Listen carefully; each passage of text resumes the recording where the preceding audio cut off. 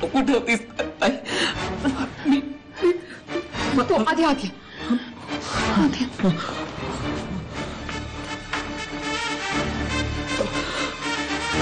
तू कुठे होतीस मला वाटलं. मी तुला किती शोधायचा प्रयत्न केला पाहिजे. तू इथून निघून गेल्यावर माझी काय वाट लागली पाहिजे तुला. तू कुठे होतीस ताई? हे बघ तू अति शांत हो. तू बस आपली तुला सगळं सांगते.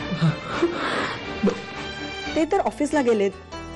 पाहिजे तर मी तुला नंबर देते त्यांचा. तू बोल फोनवर त्यांच्याशी. अगं मी एकदम कशी बोलू त्यांच्याशी? अगं ओळखणार ते. नाही ओळखलंस तर सांग. लग्नाच्या दिवशी तुमच्या बुटात झुरळ ठेवणारी मीच म्हणून. नाही पण तसं नाही ग. असं अचानक फोनवर बोलणं बरं वाटत नाही. एक काम कर ना, तू माझ्या घरी ये ना. म्हणजे इथूनच आपण त्यांना फोन करू आणि आपलीही भेट होईल. ठीक आहे, मी येते थोड्या वेळात. पण तू घर बदललं नाहीयेस ना? नाही तेच आहे. अच्छा, मी पोचतेस मग. काल रात्रीपासून पोटात काहीच गेलं नसेल ना?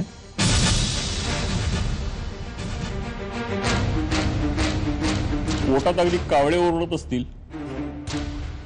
काव काव करत कावळे पोट फोडून बाहेर पडतील. दिवस रात्र काही खायला मिळणार नाही. तुमचं पोट पाठीला टेकेल आणि तडफडून तुम्ही मरून जाल. आमची चूक झाली, आम्हाला माफ करा भाईजान. होय भाईजान, त्या सूर्यकांतच्या बोलण्यावर आम्ही कंप्लीट केली होती. ती आता आम्ही मागे घेत आहोत. आम्हाला माफ करा, आमची चूक झाली, आम्हाला माफ करा भाईजान. अरे ती प्रियंका येऊन गेली तिथे. काय? पण हे कसं शक्य आहे? आम्ही तर हल्लो पण नाही इथून. हा, मध्ये फक्त एक चहा प्यायला गेलो होतो, बस तेवढंच. तेवढ्यातच येऊन गेली ती. मूर्खा, एक काम धड करता येत नाही. सॉरी साहेब, पण मी तिला शोधा लवकर. ती तिथेच रस्त्यात असेल कुठेतरी. तिचा फोन आला होता मला. जाऊन शोधा तिला. नागपूर मधल्या तुमच्या जमिनीवरती गोरगरिबांसाठी घरं बांधायचे ठरवले ना? हो. ती घरं मी तुम्हाला बांधून देणार आहे. आणि ती ही A1 क्वालिटीची. आणि त्या जागेच्या बदल्यात तुम्ही त्या जमिनीचा एक भाग मला द्यायचा, माझा टॉवर बांधण्यासाठी. मॅडम, त्या जमिनीच्या 60% भागावरती गोरगरिबांसाठी घरं असतील आणि 40% भागांवर श्रीमंतासाठी टॉवर. म्हणजे तुमची इच्छा पूर्ण होईल आणि माझी. कसा वाटला प्लॅन? पण नाही मॅडम, त्या घरांचं सगळं तुम्हीच पाहायचं.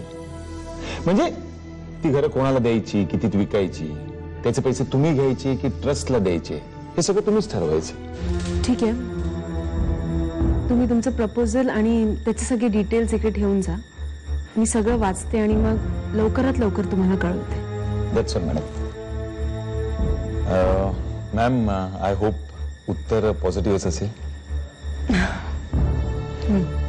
मॅम, ही प्रोजेक्टची फाईल, या सगळे डिटेल्स आहेत. बरं, ओके. येऊ मी.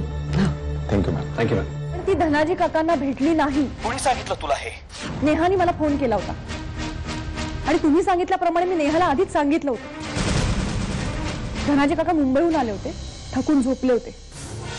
त्यामुळे नेहानी प्रियांकाला त्यांना भेटून दिलेलं नाही. पण हे कसं शक्य आहे? हे असंच झालंय. माझ्यावर विश्वास नसेल तर स्वतः नेहाला फोन करून विचारा. जर त्यांचं प्रोजेक्ट यशस्वी झालं तर हर्षवर्धनला फार मोठा धक्का बसणार आहे. त्यांचं खूप नुकसान होईल.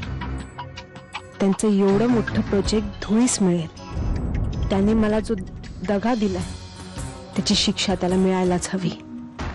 अशी नाही तर तशी, पण शिक्षा मिळायलाच हवी. हे प्रोजेक्ट मी करणार, पण त्याआधी वरुण सुभेदारांविषयी मला सगळी माहिती मिळवायला हवी.